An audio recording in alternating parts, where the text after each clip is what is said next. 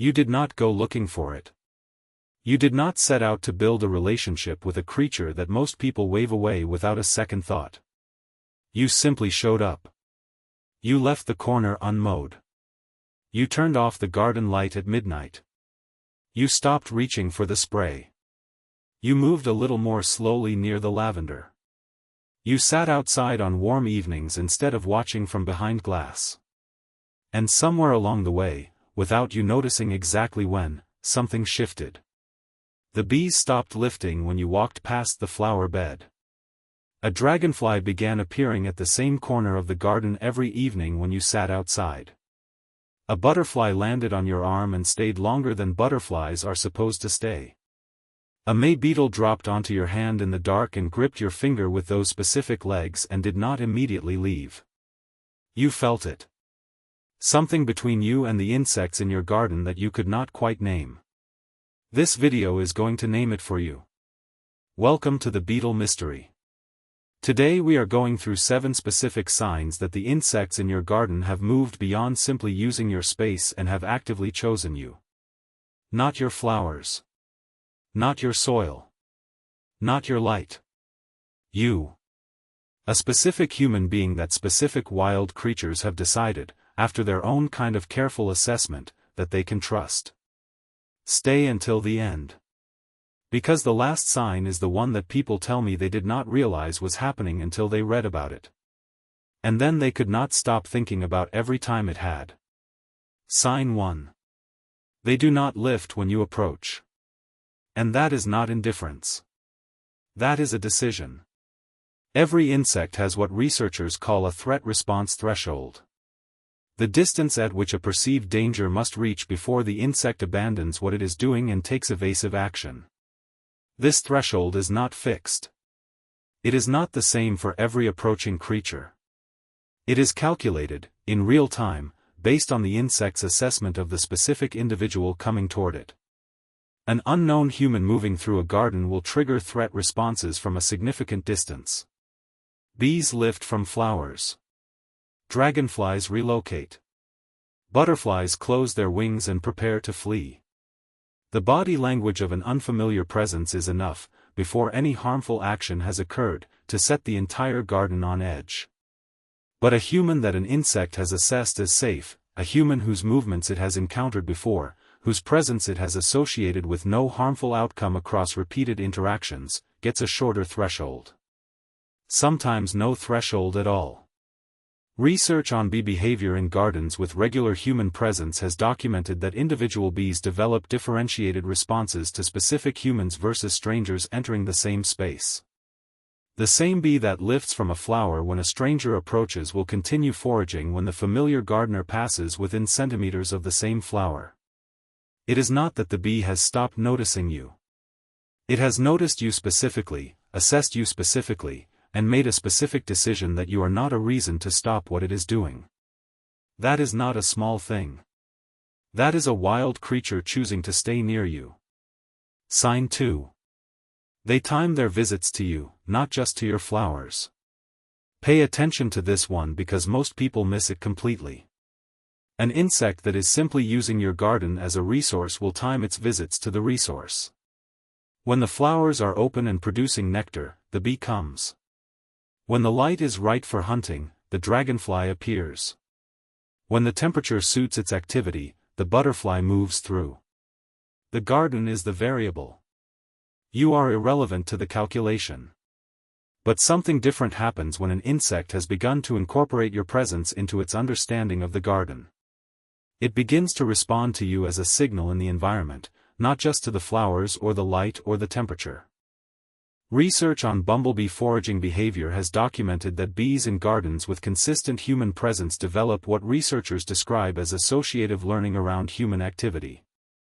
The movement of a specific familiar person through the garden becomes a cue that the bee processes alongside environmental cues. Not because the bee is following the person but because the person's presence has become part of the pattern the bee has learned to read.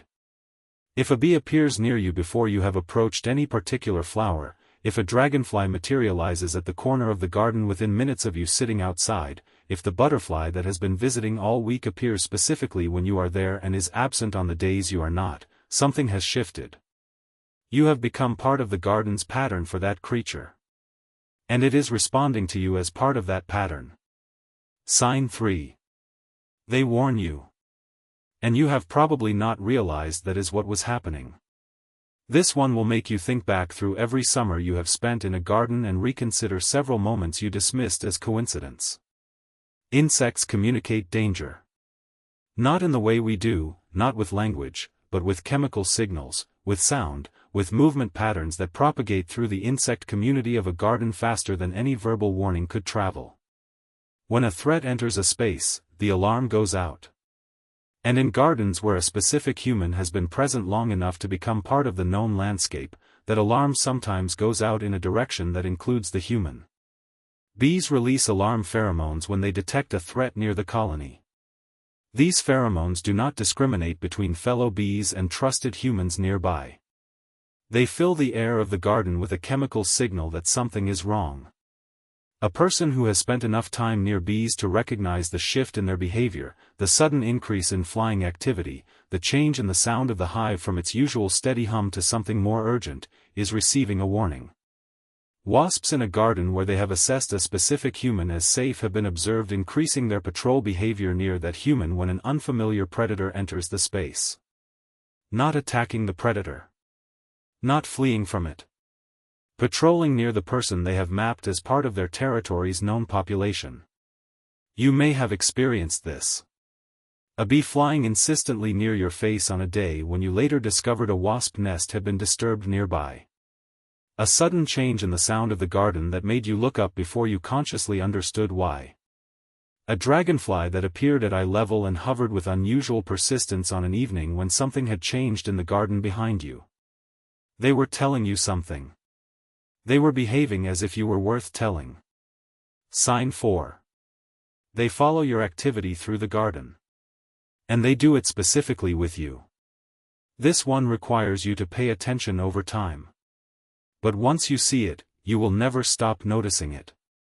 Certain insects, particularly ground beetles, robins of the insect world in terms of their relationship to human gardening activity, bumblebees, and some species of hoverfly, have been documented following the gardening activity of specific trusted humans through a garden in ways they do not follow strangers working in the same space.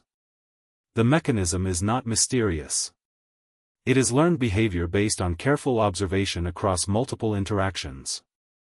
A ground beetle that has watched a specific gardener turn soil in a particular bed has learned that this specific human's activity in this specific location means exposed prey. Disturbed earth. Accessible food. But it only follows the human it has assessed as safe. Research on ground beetle behavior in gardens with regular human presence has documented that these beetles will approach within centimeters of a familiar gardener turning soil, taking prey from the disturbed ground while the human is still working, in a way they will not approach a stranger performing the identical action. The stranger gets a wide berth. You get the beetle at your feet, working the same patch of ground, as comfortable in your presence as it would be with another beetle foraging alongside it. If a bee has ever followed you from one end of the flower bed to the other. If a hoverfly has appeared repeatedly near your hands as you worked. If a ground beetle has crossed your path so many times on gardening days that you have begun to think of it as a specific individual, you may be right. And it has been thinking of you as a specific individual for considerably longer. Sign 5. Their young arrive already knowing you are safe.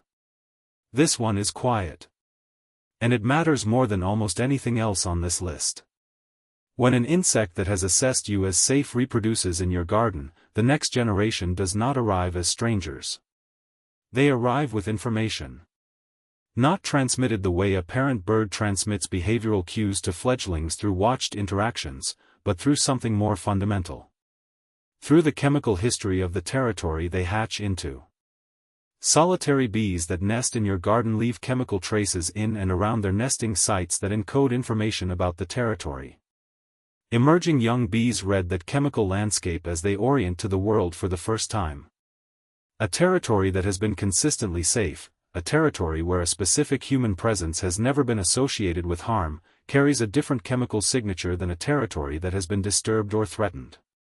The bees that hatch in your garden this year are not starting from zero in their assessment of you. They are hatching into a chemical record of every season their predecessors spent in your space. A record that says, among other things, that the large slow-moving creature that appears regularly near the lavender has never once given any previous generation a reason to sting. You did not earn that reputation this season. You earned it across every season you have spent in this garden being the kind of person an insect could safely ignore. Sign 6. They return to the places where you were. And they look for you there. This one requires you to observe something you have probably experienced but never named. Insects with strong spatial memory, and the spatial memory of bees, dragonflies, and many beetles is extraordinary, do not just remember where food is. They remember where safe things happened. Where a specific foraging visit went well. Where a specific interaction with a large creature produced no threat. Where the chemistry of the air and the light and the temperature combined into a pattern that meant, this is a good place to be. Research on bumblebee spatial cognition has documented that bees maintain detailed maps of their foraging territories that include not just flower locations but the broader environmental context of successful foraging events. A bee that foraged successfully near a specific human in a specific corner of a garden will return to that corner even when the flowers there are not the most productive option available. The corner itself has become associated with positive experience. If a bee returns to a specific spot in your garden on days when you are not there. If a dragonfly hovers at the same place every evening whether or not you are sitting there. If a butterfly keeps returning to the chair where you usually sit, landing on the armrest, moving to the back, orienting toward the place where you were. They are not looking for the chair. They are looking for the pattern that the chair is part of. The pattern that includes you. When you are not there, they check anyway. Because you have been there often enough that your absence is something they notice.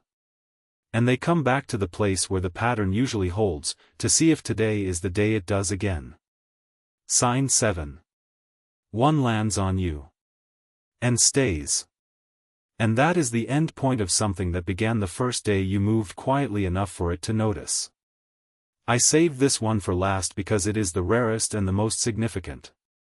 And because it is not something that happens by accident or by luck.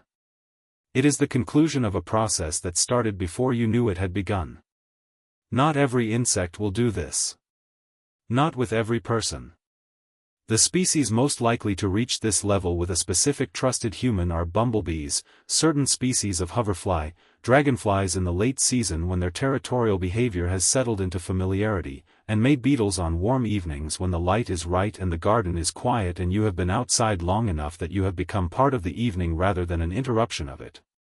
When it happens, when a wild insect with no training and no inducement lands on your hand and stays, it is not confusion. It is not that the insect mistook you for a flower or a branch. It is the end point of a long and careful evaluation that you were probably not aware was happening. The insect has encountered you before. It has assessed the specific combination of your movement, your temperature, your chemical signature, and your behavior across repeated interactions. It has tested incrementally whether you can be trusted at this distance and then closer still. It has calculated that you are not a threat and that the surface of your hand is, in the specific moment it lands, a reasonable place to be. Research on non-induced insect landing behavior in humans has documented that this occurs almost exclusively with individuals that the insect has had extended positive history with in a specific environment. Not with strangers. Not with people who have made sudden movements. Not with people who have swatted or sprayed or been unpredictable. With the person who showed up. Who moved slowly.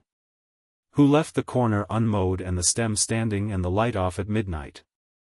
Who sat outside on warm evenings when it would have been easier to go inside. Who day after day gave the insect no reason to leave. If an insect has ever landed on you and stayed, understand what that means. That creature, with its million neurons and its compound eyes and its ancient chemical language, looked at everything available to it in its mapped territory. Every surface, every option, every risk. And it chose your hand. Not because you are special in some abstract way.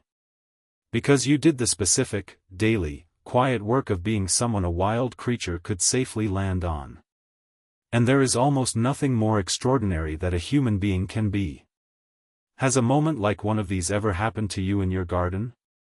A bee that stayed on your hand longer than bees are supposed to stay. A dragonfly that hovered at your eye level and held your gaze. A May beetle that gripped your finger in the dark on a warm May evening and did not immediately fly away. Tell me in the comments.